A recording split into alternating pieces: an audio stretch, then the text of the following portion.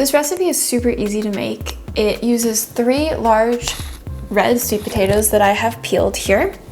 It uses 1 large red onion, 4 large garlic cloves because fried garlic is so delicious. And then your seasonings include salt, pepper, and garlic powder. So let's jump into it. To get started on this recipe, you can use either red or white sweet potatoes. I like to use red because they're a little bit sweeter and they just taste so delicious when roasted. Start by chopping the ends off of your potatoes after they've been peeled. Then chop them in half again and then in half horizontal so that you have a nice flat surface to cut on. I do this because it goes a little bit faster, but feel free to do whatever shape works for you. You could do fry or coin, it doesn't really matter.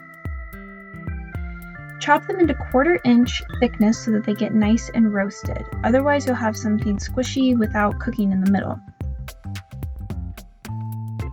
Add them to a cookie sheet as you go. When you're done chopping, spread them evenly, and then we're going to add some seasoning. Add salt, pepper, and garlic powder. These are really nice savory flavors that are super easy, super simple.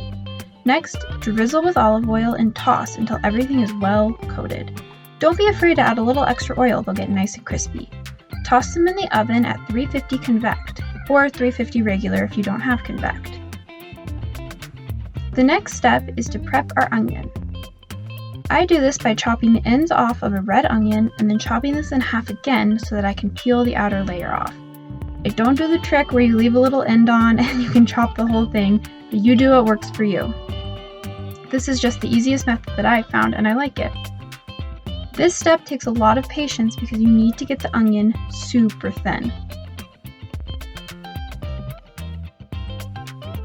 Hold the onion so that the flat side is down and slowly cut so that you're getting nice thin strips. These will fry really nicely.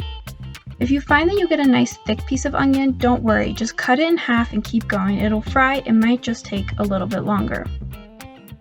I use a whole onion for this recipe and it cooks down quite a bit, especially if you're trying to fry it in a lot of oil, you'll find that it kind of curls up, so don't be afraid that you have too much onion.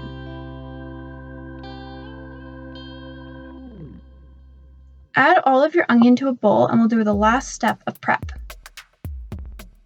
We're going to chop up 4 garlic cloves. I chop them fairly large, almost into coin shape. This way, when they fry, they get a nice, sweet, garlic, crispy flavor and they don't burn as the onions cook. To a large skillet, add enough oil to cover the bottom. This is important. You need enough oil to do a shallow fry. Put a little test onion in so you can see when it's time to add the rest. You should get a nice sizzle. Stir so that all of your onions and garlic are coated, adding more oil if necessary. Continue to let them fry until you see those nice little crispy bits. They're going to be so good.